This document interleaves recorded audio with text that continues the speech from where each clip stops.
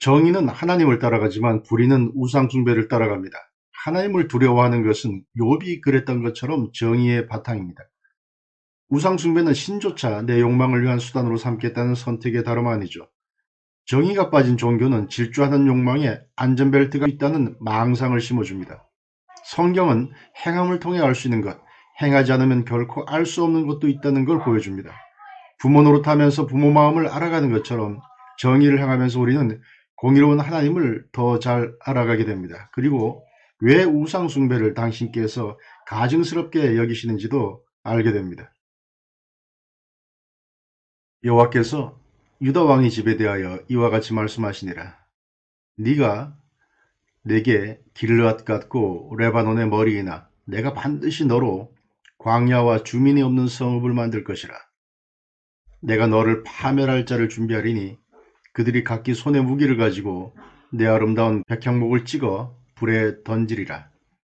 여러 민족들이 이 성읍으로 지나가며 서로 말하기를 여호와가 이 큰 성읍에 이같이 행함은 어찌 됨인고 하겠고, 그들이 대답하기는 이는 그들이 자기 하나님 여호와의 언약을 버리고 다른 신들에게 절하고 그를 섬긴 까닭이라 하셨다 할지니라.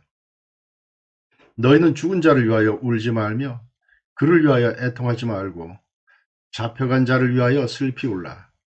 그는 다시 돌아와 그 고국을 보지 못할 것임이라. 불의로 그 집을 세우며 부정하게 그 다락방을 지으며 자기의 이웃을 고용하고 그의 품삯을 주지 아니하는 자에게 화 있을진저.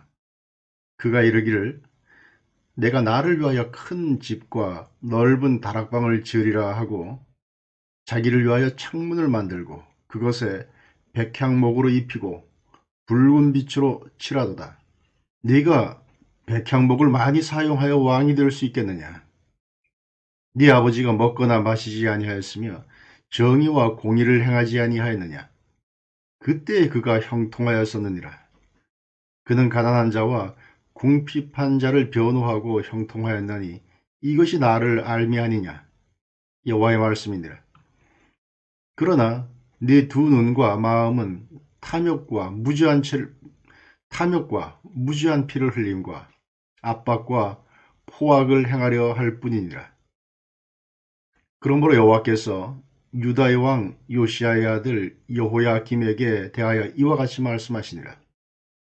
무리가 그를 위하여 슬프다 내 형제여 슬프다 내 자매여 하며 통곡하지 아니할 것이며 그를 위하여 슬프다 주여 슬프다 그 영광이여 하며 통곡하지도 아니할 것이라. 그가 끌려 예루살렘 문 밖에 던져지고 나귀같이 매장함을 당하리라. 예레미야 22장 11절에서 19절에 나오는 말씀입니다. 본문의 여호야김이 파멸에 이르게 된 원인 중에 하나는 우상숭배에 있었습니다. 우상숭배의 본질은 하나님을 떠나는 것이고 하나님을 떠난다는 것은 정의에서 떠난다는 것을 의미합니다.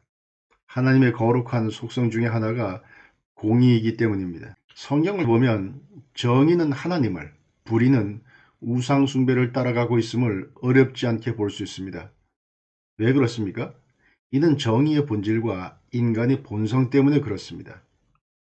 정의는 몫에 대한 이해와 선택을 본질로 합니다. 그래서 종종 타인들과 내 몫을 계산해야 되고 불편함과 안락함, 손해와 이익 중에서 선택을 해야 합니다. 그런데 우리는 대부분 본능적으로 내 몫은 크게, 다른 사람들의 몫은 적게 배당하고 둘 중에 선택을 해야 한다면 안락함과 이익을 내 것으로 택하게 됩니다. 이것은 형벌이라고 하는 응보나 물질적인 나눔, 어느 경우나 마찬가지입니다. 그렇기에 어떤 제어 장치가 없다면 정의는 사실상 기대할 수 없습니다. 하나님을 두려워하는 것은 정의의 기본적 틀을 마련한 것과 같습니다. 우상숭배는 신조차 내 욕망을 위한 수단으로 삼겠다는 선택의 다름 아니기 때문에 이것은 브레이크 없는 자동차를 타고 가드레일, 도로 표지판이라고는 없는 고속도로를 달리는 것과 같습니다. 정의가 빠진 종교가 위험한 건 질주하는 자기 욕망의 안전벨트가 되어줄 것이라는 망상을 사람들에게 심어주기 때문입니다. 성경은 이를 우상숭배라고 하죠. 우상숭배가 만연한 사회, 다시 말해 불의가 뒤따르는 사회가 어떤 양상을 보이는지 상상하기란 어렵지 않습니다. 하나님께서 기뻐하시는 삶의 양식이 사라지고 사치, 포악, 탐욕이 넘치게 됩니다. 16절에서 보는 바와 같이 가난한 자와 궁핍한 자에 대한 변호는 찾을 수 없게 되죠. 한편 본문은 여호와를 아는 것은 지식의 문제가 아니라 현실적인 삶의 태도와 실천의 문제라고 합니다. 여호야김의 조상은 가난한 자와 궁핍한 자를 변호하고 형통한 길을 갔었습니다. 하나님은 이것이야말로 당신을 아는 것이 아니냐 이렇게 말씀하십니다. 지행합일이라는 말이 있죠. 이 지행합일이라는 말에는 알고 나서 행한다 이런 뉘앙스가 있습니다. 그러나 성경은 행함을 통해 알 수 있는 것, 행하지 않으면 결코 알 수 없는 것도 있다는 것을 말씀하고 있습니다. 행지합일입니다. 정의를 행하면 그 과정에서 하나님을 더 잘 알아가게 됩니다. 부모의 마음을 교과서로 배우는 것과 직접 자신이 부모가 되어서 알게 되는 것과는 완전히 차원이 다르죠. 거기엔 비교할 수 없는 깊이와 넓이가 있습니다. 공의의 하나님의 속성을 이해하는데 우리 스스로 이웃을 돌아보면서 느끼는 것만큼 효과적인 방법도 없습니다. 사랑도 마찬가지입니다. 사도행전에 등장하는 이방인 고넬료는 행함으로 하나님을 알았고 하나님도 이런 그를 알아주셨던 대표적인 인물들 중 한 명입니다. 사도행전 10장 1절에서 2절엔 이렇게 나옵니다.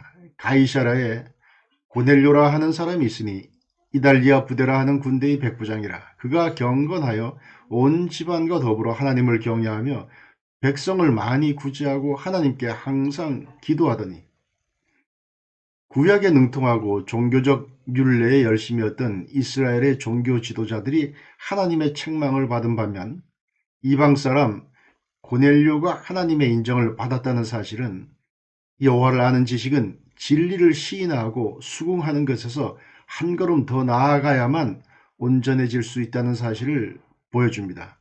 실천이죠. 우상숭배를 통해 진리에서 멀어졌고 이로 인해 정의를 행하면서 하나님을 알아갈 수 있는 기회를 놓친 여호야김이 탐욕과 무지한 피를 흘림과 압박과 포악을 행하다가 비참하게 종말을 맞이하게 된 것은 어찌 보면 예정된 수순이었다 이렇게 말할 수 있겠습니다.